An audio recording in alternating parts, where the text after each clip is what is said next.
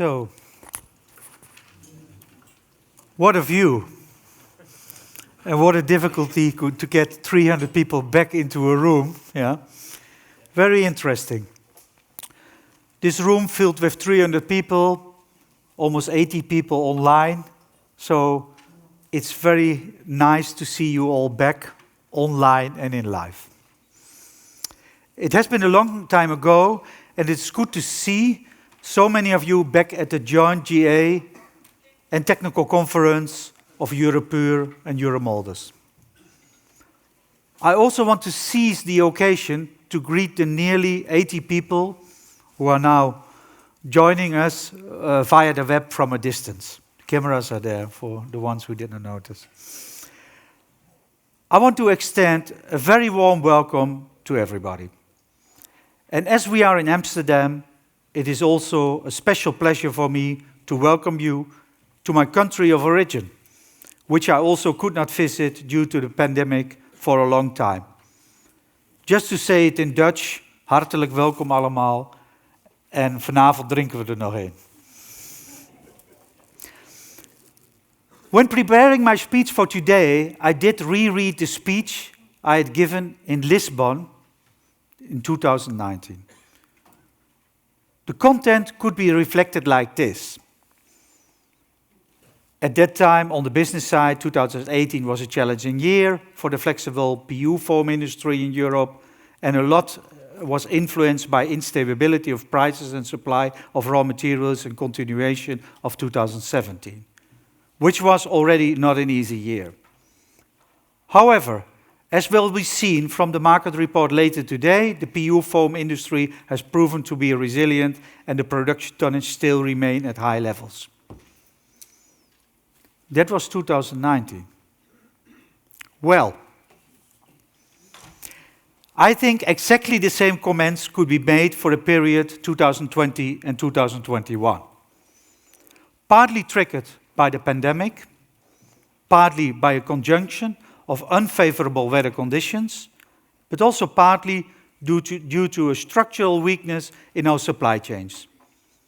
We were unfortunately confronted with yet another round of raw material shortages and extreme price volatility during the past 2 years, influencing the downstream in our industry a lot.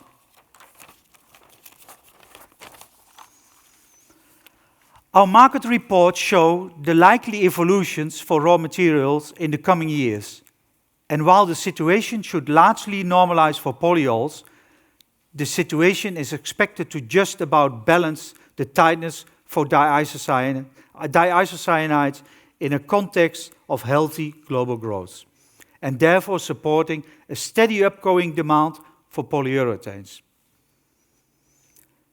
As the president of the European Association, I can therefore only repeat previous calls on major players in the supply chain to think about how to avoid these inconsistencies in supply and demand and extreme price volatilities to enable steady growth in our whole industry along the whole value chain.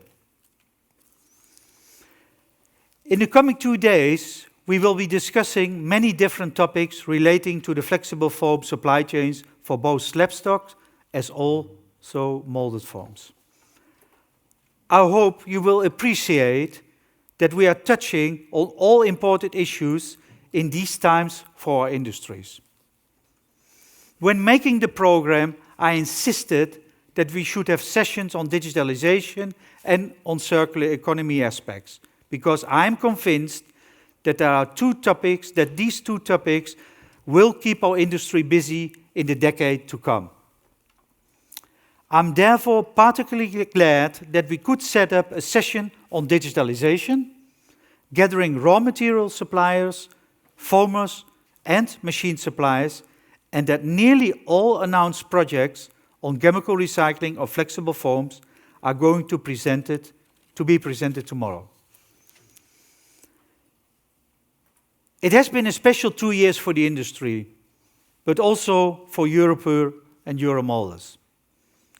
We had to switch from being organizations relying on input exchanges during face-to-face meetings to become fully virtual organizations. And I have to say, it kind of worked well. We have been very busy with lots of things, with successful outcomes, more than ever in the existence of our organization. We have been able to grow strongly our membership base during the pandemic, and I hope you have noticed, we have published and commissioned more studies than ever, with many of them to be presented in the coming days.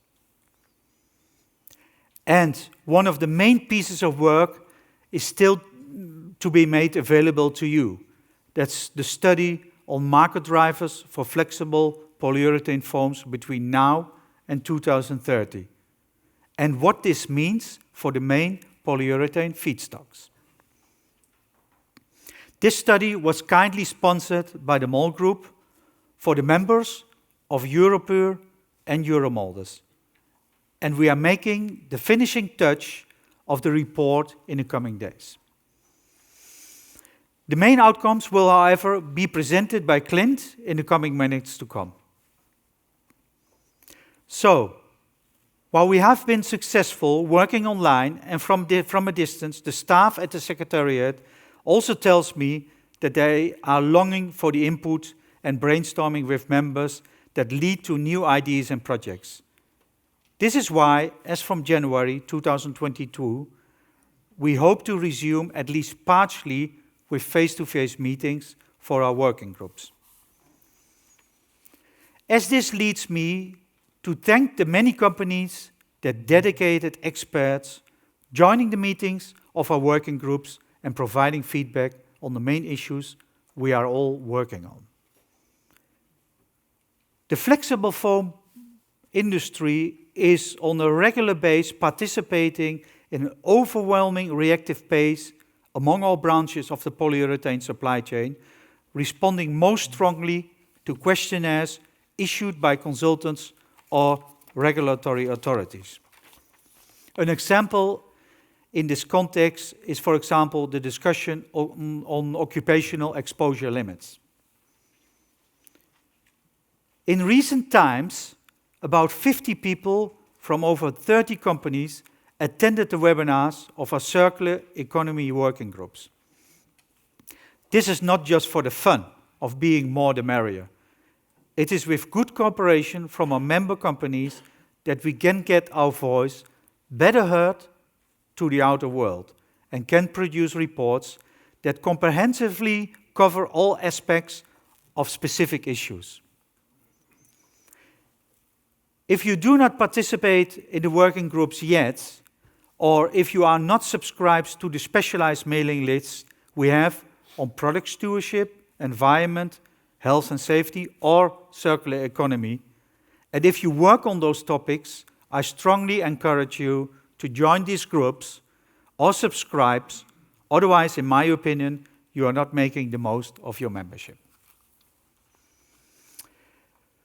Tonight, we will leave the hotel for a special treat, a private visit and dinner in the Maritime Museum of the Netherlands, which pays tribute to the long seafaring tradition of this nation, riding the worldwide waves. And, in my opinion, it fits a little bit to our industry, where we are also all riding the extreme waves of change, because that the industry will change, everybody agrees about it. I wish to warmly thank Tosso, who are sponsoring our dinner tonight. They were our planned sponsor for this event since 2020 and deserve our big thanks even more, as they always maintained their sponsorship despite cancelling the conference twice in the past years. Unfortunately, COVID restrictions still prevent part of the delegation from Tosso, from Japan, to join us at the event. And I therefore want to kindly ask Takenaka-san, I don't know where you are, I don't see you yet, yeah. Peter Brechtman and Roger van Mares to convey our warmest regards and thanks to their colleagues in Japan. Before I'm handing over to our Secretary General, Michel Baumgartner, I want to make a small attention to the whole EUROPUR and Euromolders team. for the organization of this event and all the problems and worries they got with it, also caused by a twice cancellation. In my opinion, and I think also in the opinion of the board, the team did do a fantastic job and deserves a firm applause. Thank you very much.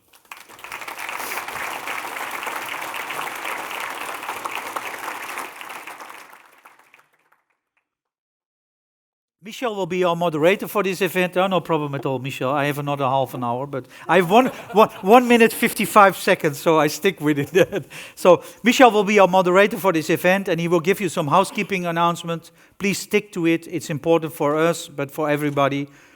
Some of them will be a reminder of the COVID rules applicable through the whole event. I kindly ask you to follow these rules, as safety is also one of our priorities.